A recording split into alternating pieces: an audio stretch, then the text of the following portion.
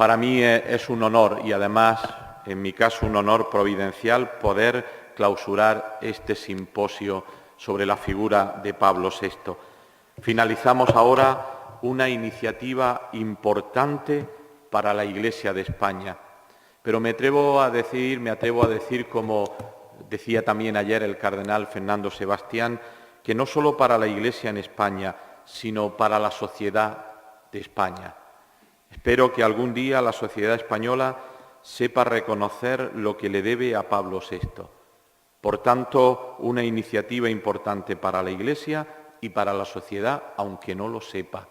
Hay muchas veces que no sabemos las cosas y, sin embargo, están ahí y son importantes. Mis primeras palabras al concluir este simposio es de agradecimiento, como no podía ser de otro modo. Agradecimiento a los organizadores. Agradecimiento a la Conferencia Episcopal Española, a su secretario general, y agradecimiento también a la Fundación Pablo VI, especialmente al profesor José Tomás Raga, director general de la Fundación, y a don Fernando Fuentes también, que ha llevado una gran parte de la labor de la programación y de la ejecución de este simposio. Agradecimiento a los ponentes. Primeras espadas. Realmente yo creo que todas las ponencias han sido verdaderamente magníficas y yo espero poder leerlas algún día, y no muy lejano, en una buena publicación. Y también agradecimiento a los participantes, a ustedes que han hecho posible también este simposio por su buena participación. Hemos hecho un acto de justicia. Creo que el simposio es un acto de justicia. Hemos honrado la memoria de un Papa grande, como acaba de decirnos Juan María Laboa, un Papa grandísimo, un Papa que tiene pues muchísimas connotaciones, un Papa de su tiempo, el primer Papa moderno. Ayer el cardenal Parolin nos hablaba de cómo se define al Papa. Hemos reivindicado su figura, que me parece muy importante. Y en el caso de España hemos recuperado un silencio y un desconocimiento que, aunque no sea culpable en la mayoría de los casos, sí que es una realidad. Por tanto, un simposio que ha sido rico, riquísimo.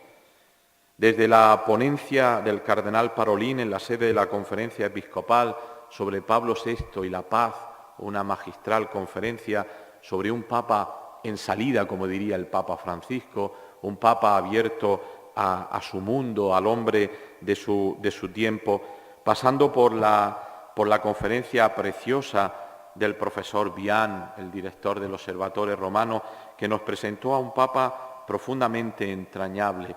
Y yo creo que a Pablo VI en concreto solo se le puede entender desde las entrañas, es decir, desde la cercanía, desde lo que Pablo VI es, como ahora también intentaré decir. La magistral lección del cardenal Sebastián sobre el Papa y el Concilio, que no se quedó solo en el Concilio, sino que hizo una aplicación preciosa a la realidad española, una realidad que vivía políticamente una situación muy concreta a la hora de recibir el Concilio y de aceptar al Papa, al gran Papa del Concilio, pasando también por la intervención del cardenal Blázquez de esta mañana, que nos ha relacionado el pontificado de Montini, de Bergoglio, la exhortación apostólica Evangelii Nunciandi con la exhortación apostólica Evangelii Gaudium, los dos frutos de un sínodo, de la colegialidad, de la sinodalidad de la Iglesia. La interesante conferencia también de Lucheta, que nos ha invitado a ver o a hacer una lectura diferente de la Humane Vitae. Humane Vitae igual a píldora. Y ella nos decía esta mañana, hagamos una lectura desde la mujer, desde la condición femenina de una encíclica que al Papa le costó pues tanto sufrimiento, pero que sin lugar a duda estoy convencido que es una encíclica también profética. Y ahora el profesor Laboa. Yo tengo que decirle a Juan Mari que cuando estaba oyéndola conocía a Pablo VI y lo digo en un sentido muy entrañable y muy positivo.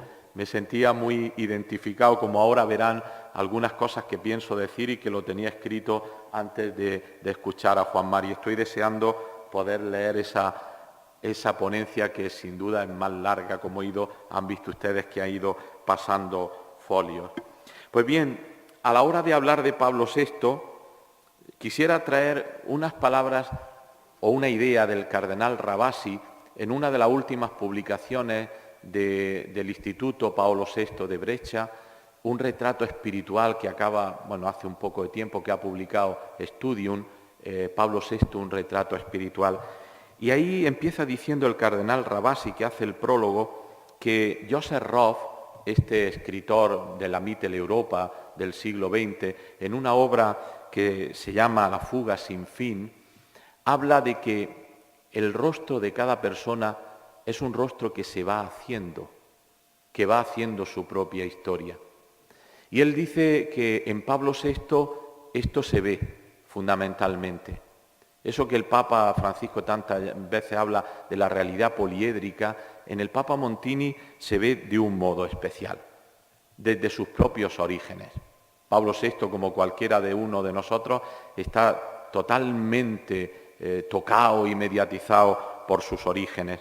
Por ejemplo, cuando se habla del Papa Pablo VI como una persona de cultura afrancesada, y se habla tantas veces de que, en la Lombardía de su tiempo, en el centro de Europa, Francia tenía mucha fuerza. Es verdad que él desde niño siente la cultura francesa muy cercana, pero se lo debe a su madre. Se lo debe a su madre. Giuditta Alghisi se había educado en un colegio de monjas de origen francés y había mamado la cultura francesa de un modo muy fuerte, y es lo que a él le transmite. Y ahí, desde mi punto de vista, después de conocer algo a Pablo VI, creo es donde viene su amor entrañable a la cultura francesa. Después también la figura grande de su padre, de Giorgio Montini, uno de los primeros políticos católicos que tiene relevancia en la vida política italiana, incluso frente al fascismo. También toca muy de cerca la personalidad de Montini, sin lugar a duda. Pero hay otro personaje que toca también la sensibilidad de un papa, valga la redundancia, sensible, que es la nonna, la abuela. La abuela es un personaje importantísimo para conocer la figura y la personalidad del futuro Pablo VI. Después, las paradojas de la vida. Ustedes saben que los formadores del seminario, él nunca estuvo en el seminario por su estado de salud tan precario, y los formadores del seminario dieron unos informes negativos para su ordenación. Y el obispo de Brescia, que estaba convencido, quizá por razones de la influencia de su familia, pero aquí es donde entra la providencia, el obispo contesta a los formadores cuando le dice no sería conveniente ordenarlo porque es frágil de salud, dijo: lo ordenaremos para el cielo. ¿Quién le iba a decir a aquel obispo que estaba siendo profético, que estaba ordenando a una de las grandes personalidades de la Iglesia del siglo XX? Lo ordenaremos para el cielo. Hay algo que nos había salido a lo largo de este simposio y que el profesor Labó acaba de hacerlo, que es su papel en la FUCI, con los universitarios, con los jóvenes universitarios italianos. Yo creo que esta es una base para entender la personalidad de Montini, su relación con la juventud y algo muy importante y mucho más dicho en esta casa en la que estamos: formar personas para su participación en la vida pública. Esto es un gesto profético que en España tendríamos que aprender de Italia y de los italianos. Educar personas para la vida pública, que no digo para una vida partidista, que lógicamente tiene que tener concreciones partidistas, pero la relación del Papa Montini con los jóvenes de la FUCI, que después van a ser los grandes políticos de Italia del siglo XX, es profética, verdaderamente profética, y es algo que realmente, por lo menos en nuestros ambientes hispanos, no conocemos demasiado. Después también la personalidad de Montini, un burócrata durante tantos años con corazón de pastor. Muchas veces es difícil, ¿no?, encontrar un burócrata con vocación de pastor. Pues Montini lo fue. A lo largo de estas conferencias lo hemos visto claramente, tantos años de sustituto de la Secretaría de Estado y sin embargo nunca perdió su vocación de pastor. Después también cuando en esto que el profesor Bian nos dejó otra vez en interrogante, ¿por qué se fue a Milán? ¿Por qué fue a Milán? No lo sabemos, pero también fruto de la providencia. Sin embargo, en Milán fue el gran arzobispo de la misión cittadina, de la gran misión de Milán, y el arzobispo de los obreros, del mundo del trabajo, un mundo que en el siglo XIX la Iglesia había perdido y que sin embargo Montini estuvo ahí, cerca del mundo del trabajo. Hay también estudios muy interesantes de Montini y el mundo del trabajo. Por tanto, un arzobispo también moderno, no solo un papa moderno. Y después fue un papa en la encrucijada.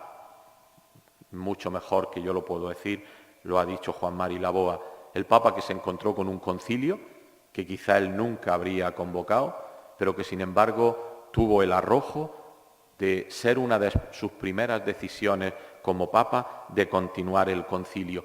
Y algo que él ha dicho que sería bueno estudiar la relación Juan XXIII, Pablo VI y el Papa Francisco. Y yo me atrevo a lanzar otro gran reto. También hay algo que está por estudiar y es la gran obra del posconcilio, la gran obra de la aplicación del concilio.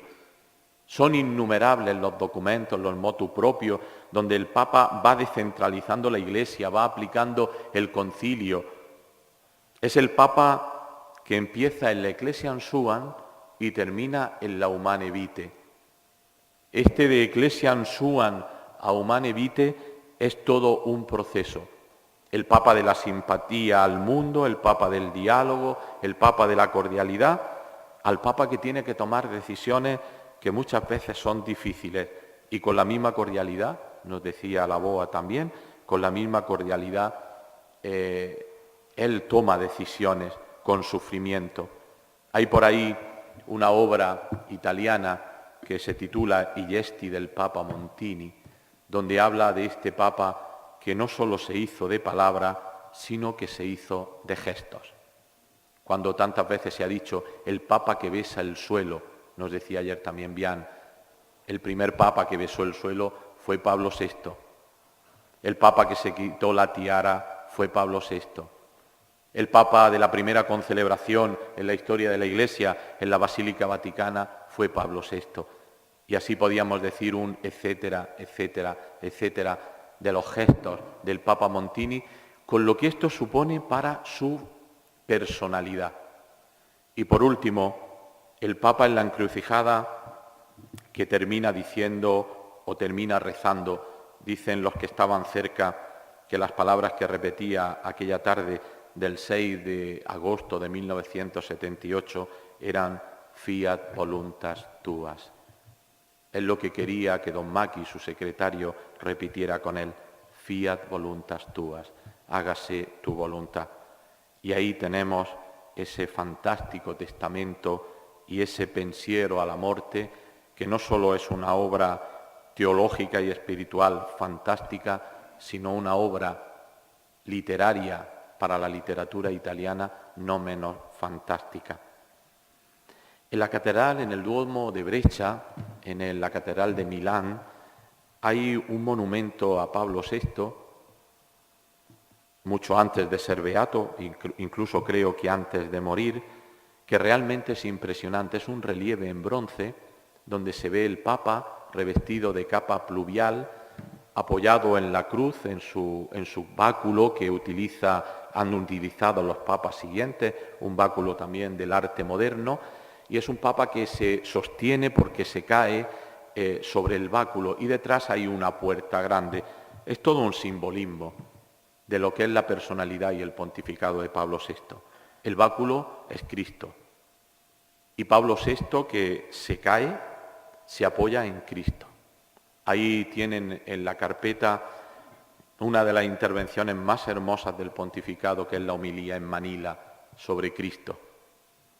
Ahí aparece un Pablo VI apoyado fuertemente en Cristo. Se cae. Parece que en muchos casos la Iglesia se desmorona. Sin embargo, el Papa se apoya en Cristo y recuerda las palabras del Evangelio: confirma a mis hermanos. Son las palabras que vemos ahí expresadas. Y la capa pluvial que le pesa es la Iglesia. Pablo VI tiene también una faceta de martirio, no hasta entregar la sangre físicamente, pero sí en ese me gastaré y me desgastaré. Su pontificado fue un pontificado sin duda duro también, y Pablo VI estuvo ahí hasta el final. Y después la puerta que sin duda es la del concilio, es la de apertura a la sociedad, al hombre contemporáneo. Pablo VI no era un papa hasleriano, por más que se le ha definido como papa hasleriano. Pablo VI es el papa de la escucha, del diálogo, un diálogo hecho tertulia. Dice quien lo conocieron que Pablo VI era un gran tertuliano que tuvo amigos con los que poder hablar, y esto sin duda es muy importante. Maritain, Jean Guiton, esta mañana nos decían Chiara Lubi, otras mujeres. Es decir, Pablo VI es un hombre de la amistad. Pablo VI es el Papa de la sensibilidad. Lo ha dicho Juan Mari Laboa con respecto al arte. Pablo VI es el Papa de la elegancia, de una elegancia sobria, pero al mismo tiempo de la elegancia. A mí siempre, y lo tenéis ahí detrás, me impresiona su mirada. Pablo VI tiene una mirada de paz, una mirada cálida, una mirada que mira a los ojos como tantas veces nos cuesta o nos gusta mirar. Y termino.